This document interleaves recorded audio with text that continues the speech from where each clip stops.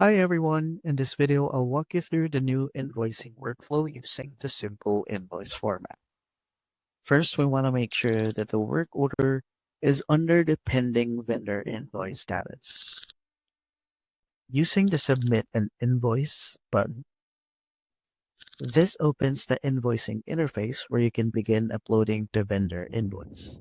From there, click Choose File and select the invoice document from your computer. Once the file is uploaded, the system will automatically extract the invoice details from the document and begin populating the invoice fields for you.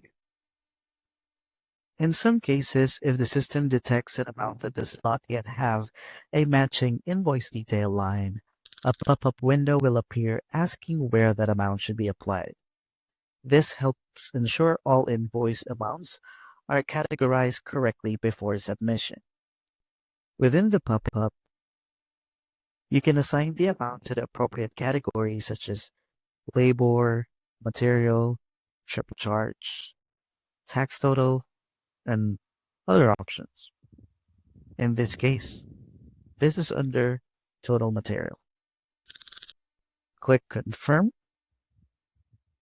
and it will show you the total amount, same as the one from your invoice. One important thing to note is that this simple invoice process reduces the need for manual calculations because the totals populate automatically within the invoicing interface. That's the overall flow for submitting and processing vendor invoices using the new simple invoice workflow.